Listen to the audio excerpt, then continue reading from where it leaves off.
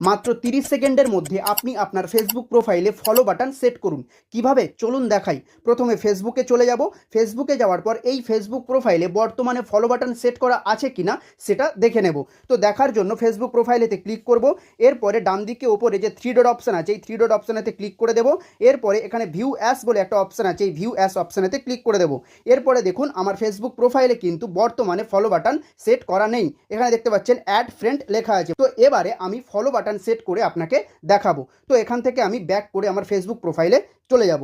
তো এখান থেকে আমি চলে গেলাম, ফেসবুক প্রোফাইলে আমি চলে এসেছি। এরপরে এই যে বাঁদিকে ওপরে যে 3টে লাইন আছে এই 3টে লাইন অপশানেতে ক্লিক করে দেবেন। এরপর একটু নিচে স্ক্রল করবেন, এখানে দেখুন সেটিংস অপশান আছে, এই সেটিংস অপশানেতে ক্লিক করে দেবেন। সেটিংস অপশানে ক্লিক করে দেওয়ার পর একটু নিচে স্ক্রল করে যাবেন।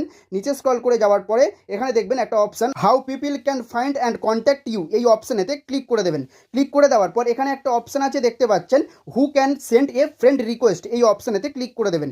এখানে দেখুন এভরিওয়ান করা আছে, এটাকে ফ্রেন্ডস অফ ফ্রেন্ডস করতে হবে। তো ফ্রেন্ডস অফ ফ্রেন্ডস করে দেবেন। করে দেওয়ার পর নিচে এই যে সেভ অপশান আছে এই সেভ অপশানেতে ক্লিক করে দেবেন।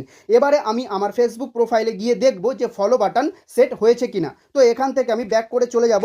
ব্যাক করে যাওয়ার পর এবারে ডান দিকে ওপরে যে 3 ডট আছে এই 3 ডট অপশানেতে ক্লিক করব। 3 ডট অপশানে ক্লিক করার পর ভিউ অ্যাস অপশানেতে ক্লিক করব। ভিউ অ্যাস অপশানেতে ক্লিক করার পর এখানে দেখুন ফলো বাটন কিন্তু সেট হয়ে গেছে। এই যে দেখতে পাচ্ছেন ফলো বাটন, এই ফলো বাটন কিন্তু সেট হয়ে গেছে।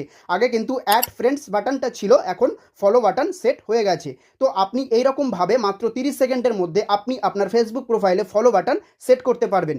ভিডিও ভালো লাগলে একটা লাইক করে দেবেন, চ্যানেলে নতুন হয়ে থাকলে চ্যানেলটি সাবস্ক্রাইব করে দেবেন। ধন্যবাদ।